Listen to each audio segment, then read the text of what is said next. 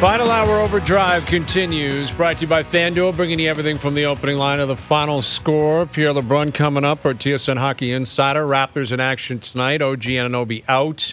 Gary Trent out. Giannis out for the Bucks. And Leafs are back in action on Friday in Sweden. So there's a lot going on in terms of where the Leafs are at, where the Raptors are at, what's going on, obviously, in the NFL. Week 11 starting tomorrow night. Grey Cup this weekend in the Hammer. What I want to know is, great. did OG cut his finger off? Like, how did, no, like if there's little stitches in his, how are you? It's his shooting hand, his dribbling hand, his strong hand, and I guess it's not comfortable enough for him to feel like he can get through a game.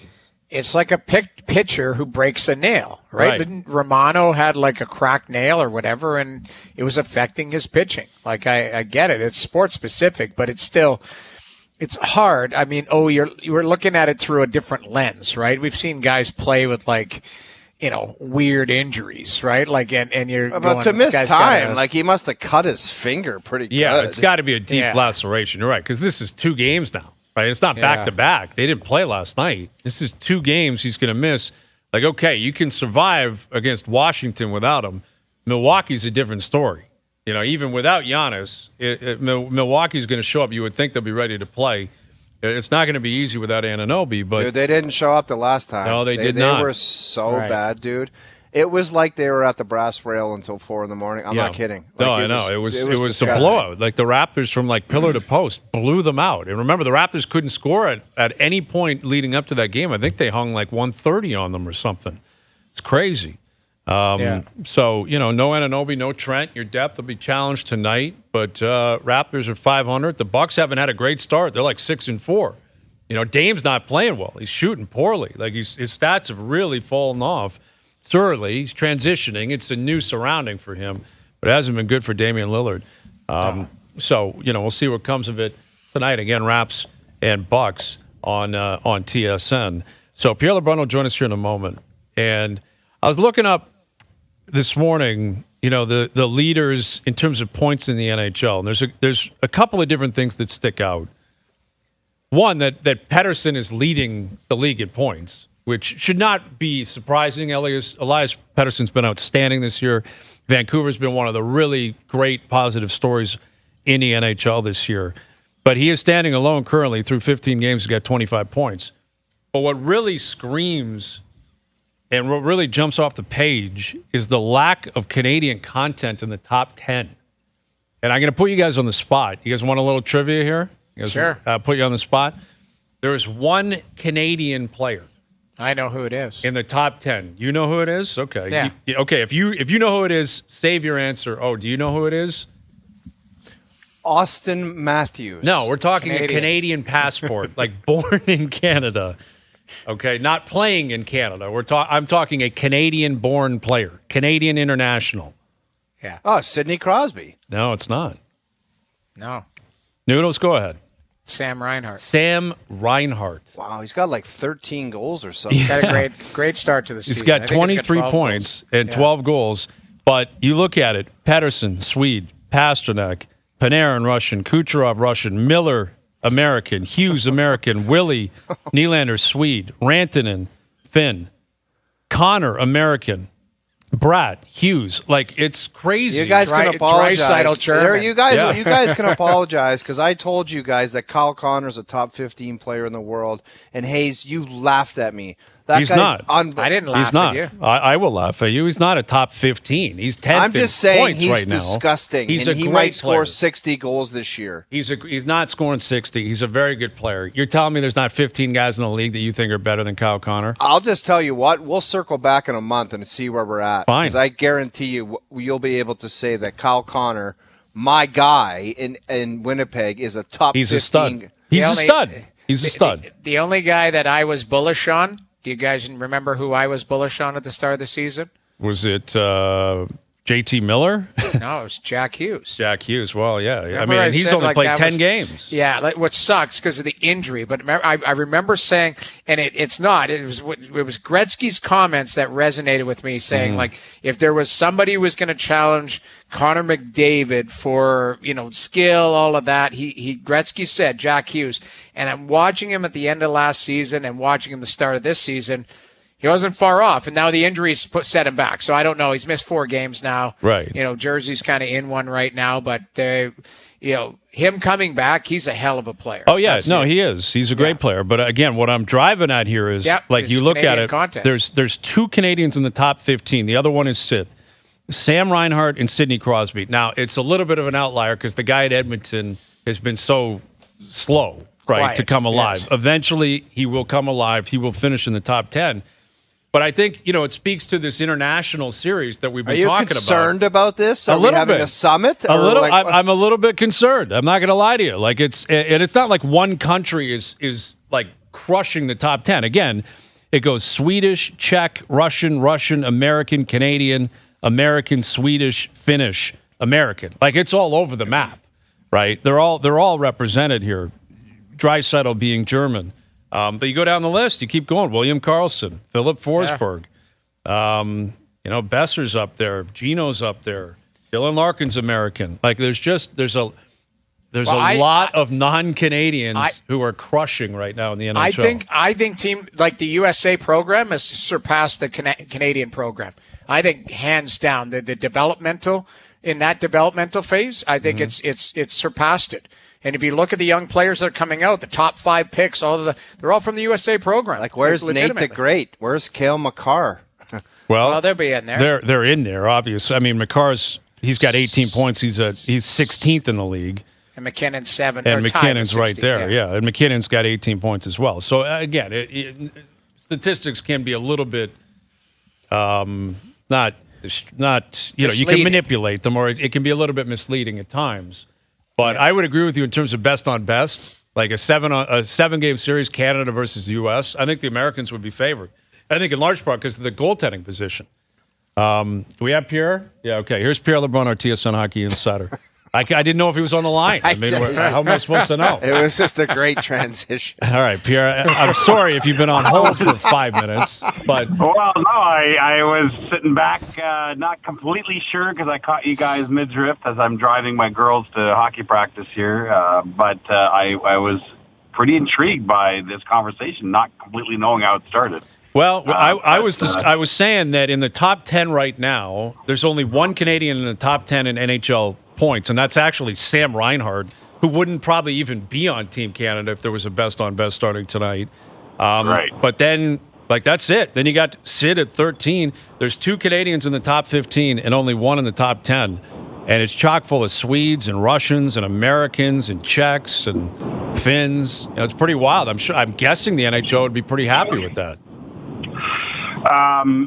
Yes, and Noodle said something that I believe as well, at the risk of losing our passports. But I also think that at least at the elite level, in terms of the way players are developed to play at the very top, I think USA Hockey also has a little more sauce going on in its recipe right now. Come on, dude. Yeah. No, and it comes down to, for me, the national, the national under program that USA Hockey has. That obviously it's not even an option for Hockey Canada because the centralization of players at that top level is kind of made impossible with the concentration of Canada's top players in the CHL. And again, this is not meant to criticize the CHL at all. Obviously, the CHL is still developing players big time, but I'm just saying that I think it's clearly bearing fruit what the USA Hockey National under 17 and under 20 program is doing. Like, I don't know how you could argue that. Yeah, I mean, that's where the Hughes brothers went, the Kachuk brothers went, Austin Matthews obviously went. But I mean, Caulfield you look right went. through it. The top picks, if we went through the top picks of the National Hockey League draft, like the last couple of years, in the top 10 and 5. Like there are USA hockey program is littered through there. There's Zegras and guys like that. Like they're everywhere. Like that program has surpassed the Canadian program, unfortunately. And Bedard, obviously, like there are good superstar generational Canadians, luckily for McDavid and Bedard. But outside of that, like the program for me, is churning out a lot of top tier talent. I don't want to just go all Canadian on this, but I think a best on best, Canada's best roster would dummy them. The goaltending, though, is terrifying. Like, okay. who is it? Who is it? Bennington? Maybe it's Bennington. Maybe it is Bennington. But O'Dog, those are two separate conversations. And eventually it might be the same conversation. But right now, I think that's a separate conversation. I mean, best on best right now, sure, I think Canada could still win. Although, the goaltending. But I'm talking about developing players right now at the younger levels. I think Canada's, at the elite level is getting surpassed. But best on best, that's different because you can still bring in Sid. You can still bring in, that's still more of a generational thing where Canada's still at the top, I think. But where it goes from here is what, if I were a Canadian, I think at some level I'd be concerned. And that's not so much a criticism of how Canada's getting it done, but more a tip of the hat to the way USA Hockey's continued to fine-tune its program, like I said, with the national programs. But how about this? How about we stop arguing about it and actually have the best players in the world at the Olympics in Italy? That'd be great. Would be nice. That would be then ideal. We wouldn't even have to argue this. Yes. No, you're right. We're not. Let's just stop bashing Canada, and we can move on nicely. Well, what's interesting. It's a good segue. Is there was at one point the best young American in the world decided he wanted to play in the CHL, and that was Patrick Kane. And Kane was like, I'm going to the OHL. I'm going to London. He lit up the Knights, lit up the OHL, went first overall. The rest is history. And it sounds like he's ready to party here, Pierre, and maybe the Leafs are kicking tires. Like, what can you tell us about Kane, his situation, and maybe if the Leafs are involved and how serious it could be? See, that's the segue of a man that is clearly the finest at his craft, Bryan Hayes. Thank you, Pierre. I don't know what the awards are called, but you should just win all of them. Thank you. I think the Leafs, to me, have felt like an outsider in this all along. I do think that, you can't discount them, but I don't think I've had them on the insider route in terms of the teams that have showed more interest. We're talking Buffalo. Kevin Adams came out outright on the record to me yesterday, in my rumblings in the Athletic, and said, the Sabres have kept in touch with Kane, the hometown product, and have interest. And I guess, that interest, I don't know, has it spiked now with the injury to Tage Thompson? I don't know. But Florida, Detroit, the Rangers. But, I don't think you can completely discount the Leafs. I just think that the Leafs, to be honest, if you really look at their needs on D, that's where I think the pressing situation is, and that's why we've linked, and Dregs has as well, we've linked the Leafs to either Tanev or Zadorov from the Flames in those conversations, because I think if you're the Leafs, that's where you need to upgrade, and that's where I think Brad Treliving will try to upgrade, is on the blue line. Well, and that leads us to the Calgary Flames, Pierre. Here we go. One thing to the next, right? It's like insider trading here. Yes, like if you could, everyone knows it's Zadorov, who's made it clear he wants out, Chris Tanev, who's a UFA defenseman, and Noah Hanifin, who's an upcoming UFA defenseman. Could you rank it for us, if it's possible, in terms of Brad Treliving, the Leafs, the likelihood, the want? How do you think they'll attack the Flames blue line if and when that comes to fruition? Yeah, so I think the Leafs have talked to Calgary about both Tanev and Zadorov. Obviously not going to get both of them and may not get any of them, but I think they've inquired on both, and obviously Brad Treliving knows both players very well from his time in Calgary. I think Tanev, if you're going to rank them, I think Tanev probably ahead of Zadorov in terms of a perfect match for Toronto, but I think the Leafs could live with either. I was told yesterday that 3 to 4 teams have shown, enough interest in Tanev already. One of the things that the Leafs can't control is that Calgary obviously controls how this is going to play out, and Calgary can't just look at this as Tanev or Zadorov. They have to look at this more globally, right? They're headed for a bit of a roster reset, and we talked about this on Insider Trading yesterday, but they've now told teams, and teams are telling us that They're listening on Tanev. They're listening on Zadorov. They're listening on Elias Lindholm. They're listening on Hanifin. They're listening on their key pending UFAs because the season's going a little sideways, and it's become clear to the Flames that maybe the smarter thing is to go a little younger here and have a bit of a roster reset. But in the middle of all that, there are also teams, as they think about whether or not they make trade offers on some of these guys, that want to extend these players as part of that process. Hanifin being a great example. He's the youngest of those 4 pending UFAs. I know that the Hanifin camp would expect to hear from teams in terms of what it would take to sign him as part of a potential trade. And of course, what's as you guys know, what's crazy is that Hanifin almost signed with Calgary a month ago, really close to an extension. And then what I'm told is Hanifin was like, you know what? Let's take a step back for a moment here before I sign this and see where this is headed with our team. And I think it's going to end up being a wise decision because, you know, I think the Flames are headed for a bit of a step backwards, and I think Hanifin might have regretted signing there. So, but he could sign with his next team as part of this trade, is where I think this could play out. And if you're Calgary, you want that, because if you're Calgary, trading a rental versus trading a signed player is better business to sign the player that's extended because you can get more in a trade.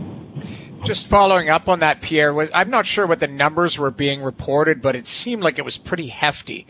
And yeah, I said close to $60 million is what I was told. Not 60 under, but still close to $60 million on a max extension. What the Flames and Hanifin, I'm told we're talking about. That's 7 and change, right? That's the Devon Tays I believe type so, of deal. yeah. How's he turning that down? Well, that's where I'm going. Like, where shove it in your jeans. Yeah, son. Well, I don't care if they're the worst team in the league. Well, I was just going to say, do you guys remember the movie with Jim Carrey where he's the lawyer, liar, where he's like, they offer the settlement and he's like, take it. He's screaming at the lady. Like, it's all I could think about when I watch you guys on Insider Trading going like, I don't know if he's going to get that money anywhere else. Like, it might be opportunity, might be, you know, team different setting, but I just don't know if that marketplace for Hanifin has something with a 7 in it as a free agent. Well, maybe I'm wrong. Well, we'll see. Yeah, I mean, we'll see. But I you know, Hanifin's represented by CAA, pretty smart agents there. They must have a pretty good sense of the market. Right? Yeah, that's fair. I mean, I don't want to say things that I'm not sure about, but I got to think that there's a sense of the marketplace out there, I guess is what I would say. Pierre, and again, remember that we always end up being surprised by new extensions and contracts and numbers. The cap is going up next year, and so I think everyone's shifting on that. you said the interest, like Calgary's ready to unload, or at least listening. Like, do you think teams start pulling the trigger like a 4-month early trade deadline, or how's this all going to play out? And the follow-up for Calgary is, where does it leave Huberdeau? I mean, how does Jonathan Huberdeau get to a happy place? Is, I guess, my follow-up. Oh boy, how much time do we have on that one? Let's start, O-Dog, with your first question, because I think it's pretty pertinent. I don't think that the Flames can do all this right away, right? They have to be careful that they sort of play this out on a certain cadence where they get maximum value for these players, but also not in the rush to do it. March 8th is the key date, right? March 8th is the trade deadline. So between now and March 8th, they have to decide when it's time to pull the trigger on some of these moves. Two things you don't want to do. You don't want to be in a rush and trade all these guys and realize that you didn't get market value. But on the flip side, you don't want to get to about March 1st and say, holy cow, we haven't traded any of these guys.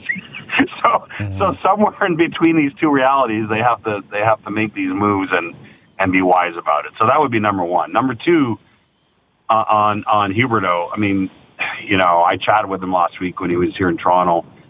I mean, his confidence is really taking a hit here. He's pretty down on himself, and he's trying to find a way internally to make this work. But boy, I mean, that's a really proud player that is at a loss, quite frankly, right now as to how he's going to get out of this. And who's, I mean, if you're asking about a trade or something, O-Dog, like no one's even picking up the phone right now with how hefty that deal is, right? Like he's got. Oh, trust me, I'm not asking about that because I'm fully aware of that. That's a hang up and flush. But the name that Drake's brought up, yes, the name that, and by the way, I think it's in him. Like, I honestly, and maybe I'm the eternal optimist, that guy has been too good for too long not to figure it out. But the name that Drake's brought up yesterday that was intriguing to me, because I think it's like line one if teams actually think that Calgary would move him, is Drake's brought up keep an eye on Nazem Kadri, because if the Flames are headed in a roster makeover at some point here, you know, would the Flames go to Kadri and feel him out on the future? That got my attention when Drake's brought that up, because, boy, you think about Colorado and how they've been different without him, and you think about other contenders and, you know, the playoff version of Nazem Kadri. I think there'd be some takers there, boy, if that ever were to come to pass. Yeah. I mean, he's got, it's a long ticket. He's got 6 years left, doesn't he? Yeah. This year 2. He's got 5 after this. Yeah, it's $7 million, and he's 33. But I agree. Like the intangibles. You know, he's a big game guy. Plays a prominent position. Yeah. There would be a market there. I guess what Calgary has to figure out is how much of an appetite they have for eating some money.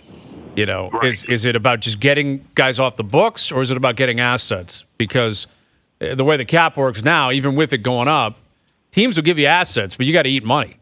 You know, right. So I don't know how that's going to work. It's not going to be as much of a factor in the rentals, I don't think, because of course not. This year. But you're right. If they end up making bigger moves, other than that, we'll see. I mean, clearly the focus is on the UFAs right now, and the here and now. That's the only thing that matters to them. But I can tell you from talking to other teams, it's dominating what all the front offices right now, and obviously all the GMs were together here yesterday for the GM meetings, but it's dominating the buzz around the league right now. Is Calgary in listening mode, and we'll see how that spurs on more activity around the league. Yeah, I mean, listen, we're almost at U.S. Thanksgiving, right? We always use that as a line of kind of, this is determining who you are, what you're all about. You know, at that point, you've hit about 20 games, and that's about where we're at. All right, Pierre. Well, the one thing I would say, I know you're trying to let me go. No, go ahead. U.S. Thanksgiving was more true, I think, as a demarcation line for sizing up your team when the season actually started on time. And don't get me going on why we wait till mid-October now. But I will tell you that I think some teams have acknowledged that, you know, the season is now on a delayed start now. So I think that December, you know, first, second week of December is more that moment than U.S. Thanksgiving. Okay. However, one thing hasn't changed. The Dallas Cowboys play on U.S. Thanksgiving. That's still right. Of course they do. Yeah, them in Detroit. Two great histories between those two teams. Who do the Cowboys play this year? I'm pretty sure it's the Packers that are in Detroit. But who's? Yeah, the Cowboys have their rivals in Washington, and layup.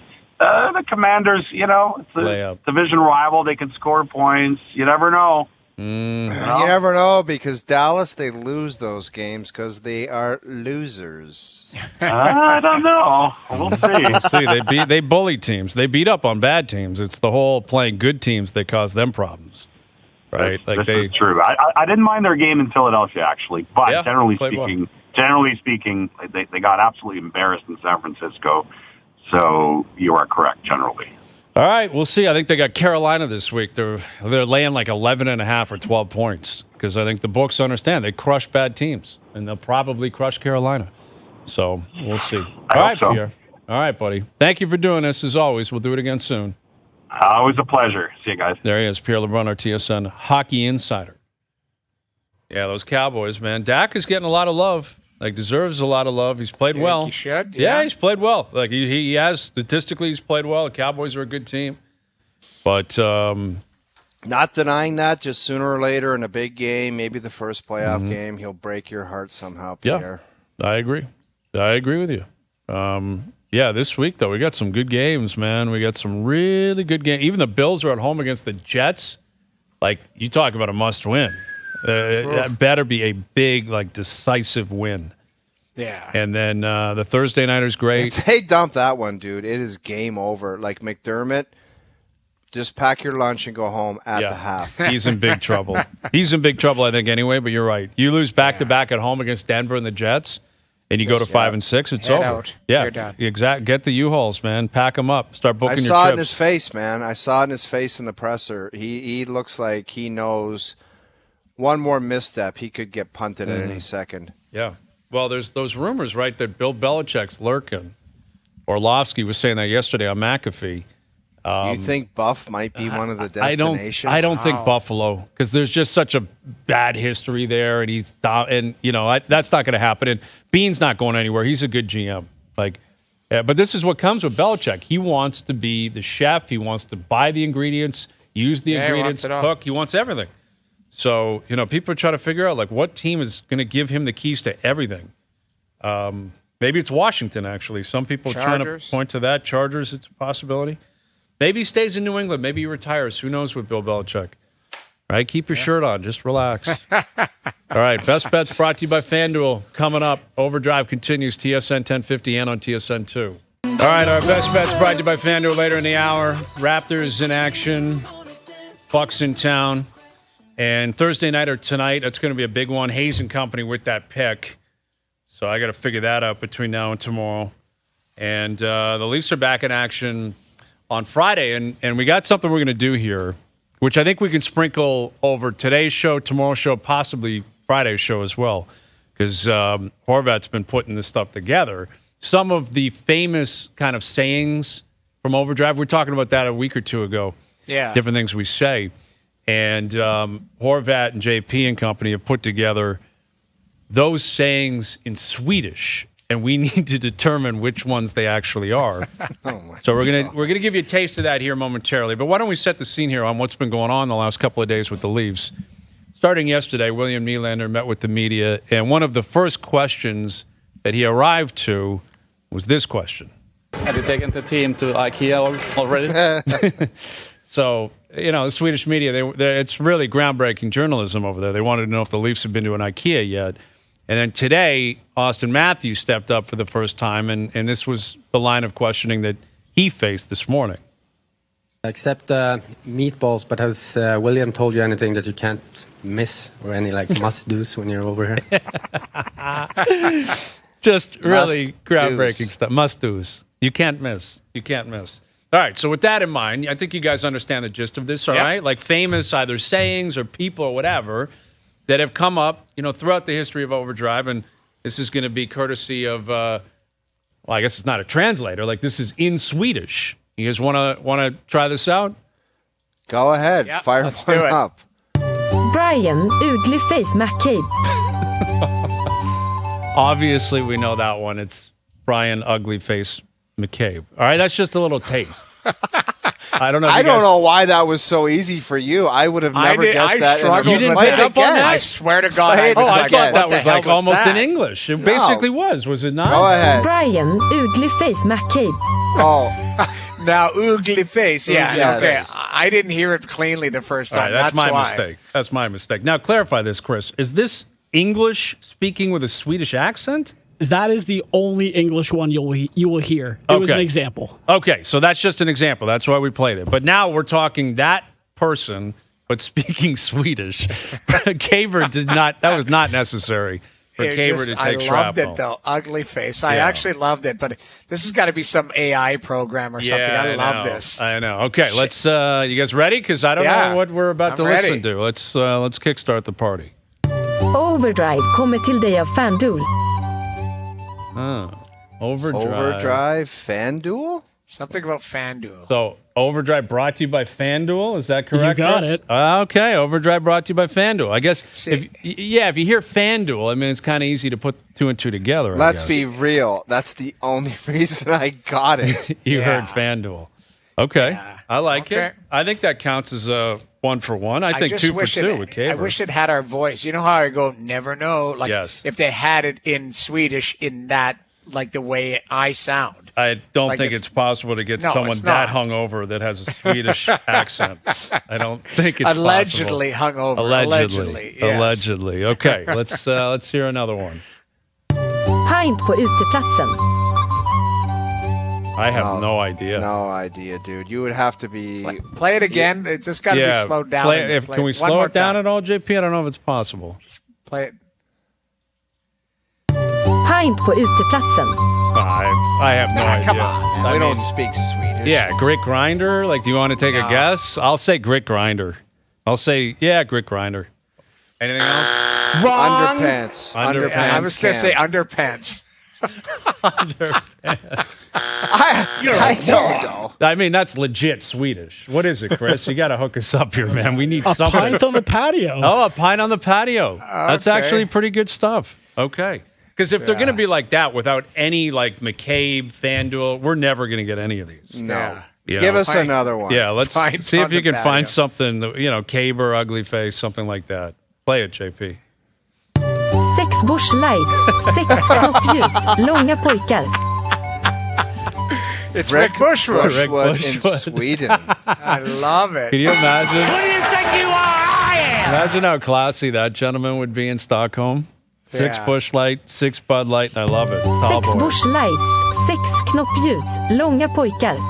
Imagine the local, 6 Bud Light, and I love them, tall boys. imagine the great. local Swedes getting a load of that cat's act walking around the streets. Well, Yeah. he'd be asking people where the Grey Cup is being played.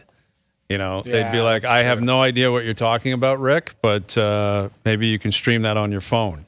Because the Grey Cup's in Hamilton. I guarantee that and guy's he's there. like a spokesman for the Ticats. Yeah, He I does think like he is. endorsements. He's and stuff. basically their mascot, the Tabbies. I'll bet you he finds a way in there. Rick Bushwood will be at Tim Hortons Field. I guarantee it. All right, you want to try one more? We got to get this. That one we got, right? That kind of stuff, I think we're smart enough here, all right? We're playing OverDrive in Swedish. Let's see what else we got. Namnet är Jerry, G-E-R-R-Y. I know. this Jerry. one. G-E-R-R-Y. That's right, you sneaky little devil. That's great. Jerry. Play it again. That was awesome. Namnet är Jerry, G-E-R-R-Y. That's outstanding. Swedish Jerry would still have an attitude, I think. Yeah. Right? He'd still be love that. miserable. And he's rooting against the Canadian teams in the Global Series. He doesn't want to see the Leafs or Ottawa. We're on a roll, JP. Give us rocking. one more. Keep Give it us going. one more. Keep it Give us going. one more. Hayes och K är en bedrägeri. I heard Hayes is something. Hayes is a fraud. Hayes Yes. Is it Hayes is a fraud? You got it. Yes. Oh, is a fraud. Hayes and Company is a fraud. Play that again. I don't Yeah. want to hear. This is the last time we ever play this. Hayes och K är en bedrägeri. Yeah. It actually sounds softer. Being called a fraud in Yeah. Swedish, I don't mind that. English, it's harsher. Okay, there you go. You guys want to? We can scatter them over the show Yeah, tomorrow, for sure. Friday.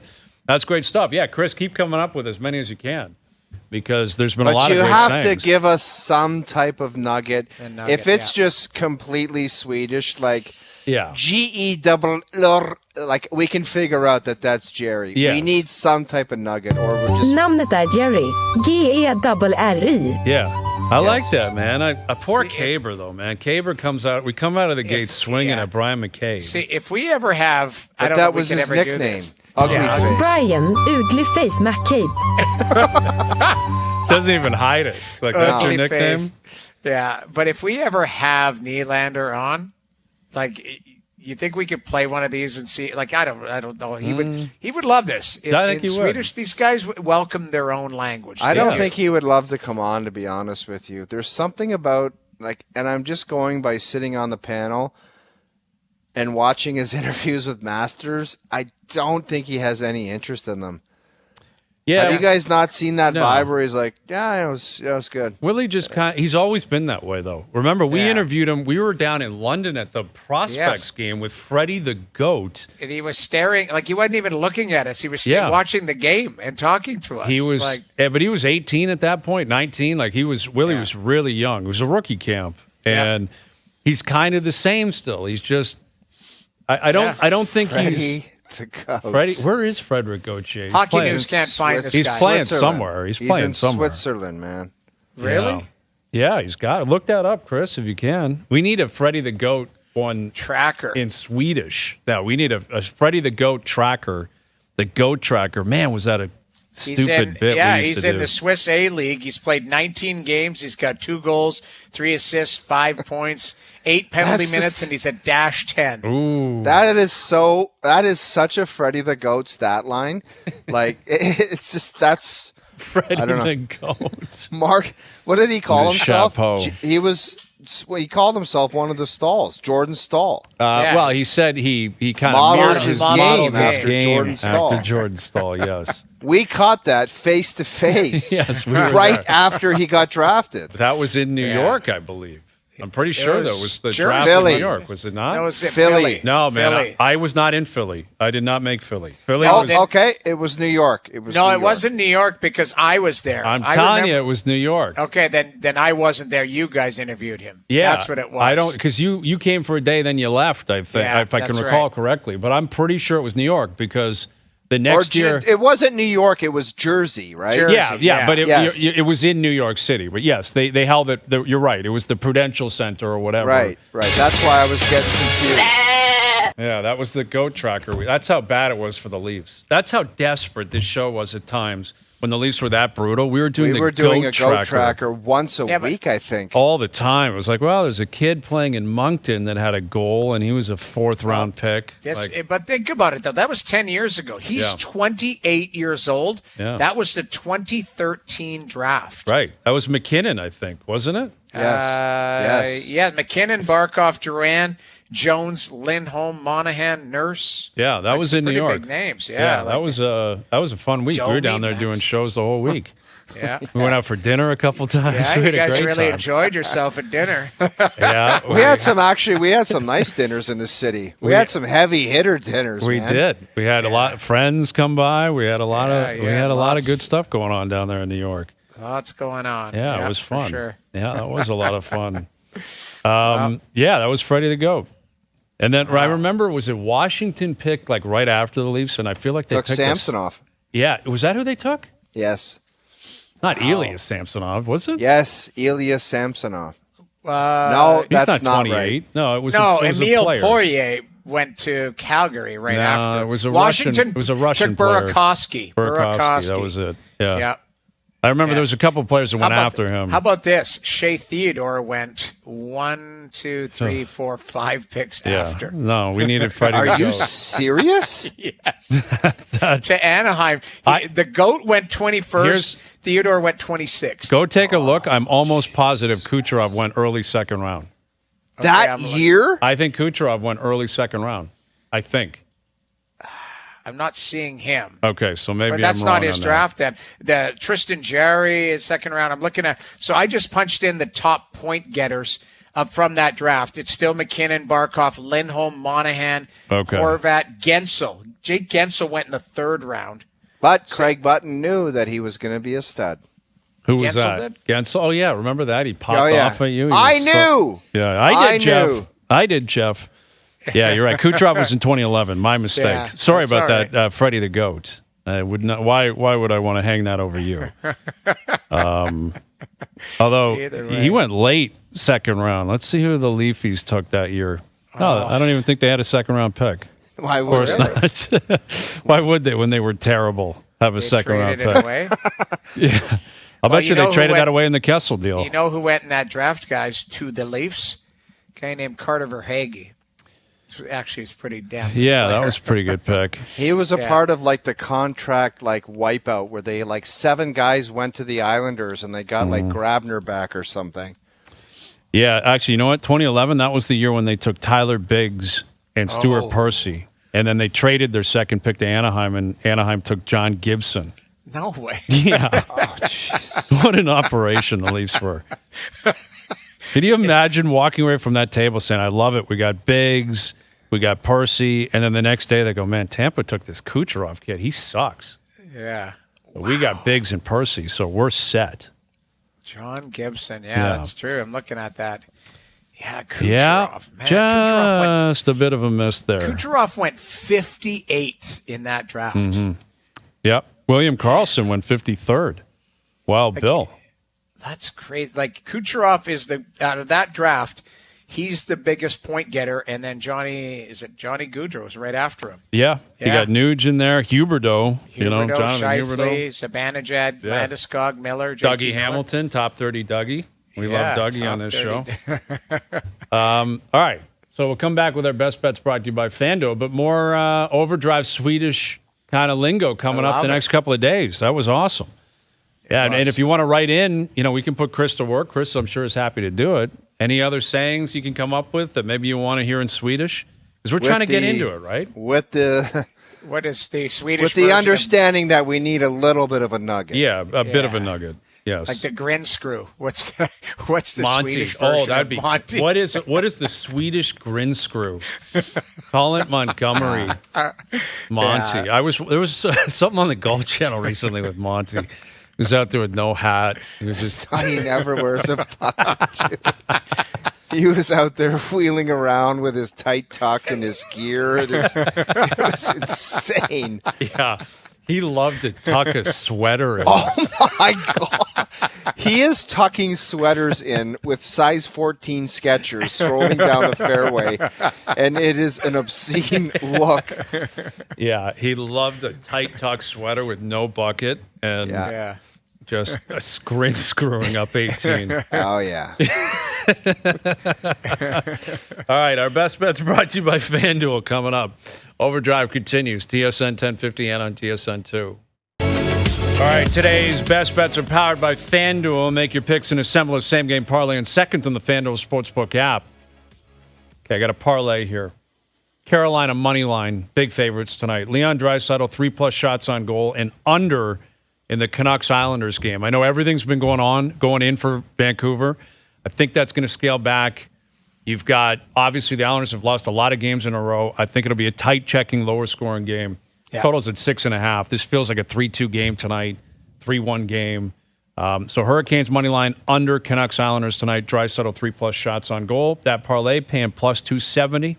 Today's best bets powered by FanDuel. FanDuel's goal in the first 10 minutes is the most electric bet in hockey and can be included in same-game parlays on any NHL game. Please play responsibly. 18+, physically located in Ontario. All right, do you want to hear the Swedish Monty clip? Yes. Do we have Swedish Monty at this point, JP? I don't know if we have it. Do we have it, Chris? Or okay, let's play it. I will laugh at you. Okay, that was not it, but it's all right. I have a lot. Wrong clip. Was that me? I think that was me speaking. That sounded like you. Play that again, because that was not Swedish. Swedish? All right. Do we have it, JP? We don't have to play it here, but all right, move on. Forget about it. Keep it for tomorrow. Yeah. All right. Raptors coming up on TSN tonight. Giannis is he's injured. Out. Yeah, he's out. And OG Anunoby's out. Gary Trent's out tonight, too. So explain the Giannis injury to me. They've listed it as injury management, well, not load management. Yeah, it's a strain. Like, they have to supply an injury. He has not missed a game this year. I guess he has a calf strain. But I think most people are like, really? Okay, it was described that way online today. I think Korolnik found that it was like injury management. So you got to make sure everything's being managed properly. It's no longer ownership over that. You're just managing, I thought he was one of those dudes that was like, I don't care where the game is, I'm playing. No, I don't think there's anybody like that. Sadly, I mean, there are a few guys, but it's a scenario where the Bucks, it's a long season. Bucks are going to figure it out. They're going to be a playoff team. They're going to be a contending team. They've acquired Dame. I don't know. But if you're the Raptors, do what you did the last time you played these guys. And, Scotty Barnes has been great. Pascal's been really good the last couple of games. They're going to need that again tonight. Don't get down 23. Ideally. How about that? Yes. Play from the drop of the ball or the tip of the ball. Because that was, I turned it off because I was like, they're getting dummied here by the Washington Generals. Mm-hmm. That's really what it was. Mm-hmm. And then they found their way back, and it was good. It was a good run. It got exciting, and big win in the end. Big win in the end. I wonder how long the coach is going to stay positive, because his presser the other day, he was like, I was very positive with the fellas. Mm-hmm. And I just said, you have to do something different. And I'm like, is this realistic that this can continue for, he will want to lose his mind in 2 months. Yeah. It's easy to say that afterward. And I'm not disputing that it happened that way. But he'll probably try that again next time because it worked. But at some point, it's not going to. Where they were down 20 against San Antonio, they came back and won that in overtime. They were down 23 the other night against Washington. They came back and won that in reg. At some point, you're going to be down 20 to Milwaukee, and you're going to lose by 30. Right. And that's when you're like, all right, I was positive and happy, but actually these guys jammed me up big time. So then I might have to revert from that plan. But as of now, I'll give Darko Rajokovic his flowers. I mean, he's been true to himself. Like, he came in, he wanted a different vibe, a more positive, optimistic vibe. He's trying to trigger guys, and it's worked out okay. They're 5-5 going into a game tonight at home. So that game on TSN 4. All right, we've got Week 11 in the NFL tomorrow. You got the Grey Cup coming up this weekend. It's going to be a fun week. The Leafs are finally in action again on Friday. And, again, we're coming off a Raptor game tonight. A lot of awards are starting to be announced in Major League Baseball. Looks like Blake Snell won the Cy Young in the National League. Not a surprise. So more updates on that as we move forward as well. Thanks to everyone behind the scenes for helping out today. We appreciate that. Everyone for tuning in, TV, radio, podcast, web, we appreciate that as well. We're out of here. Enjoy your evenings. Enjoy the games tonight. We're back tomorrow at 4 p.m. We'll chat then.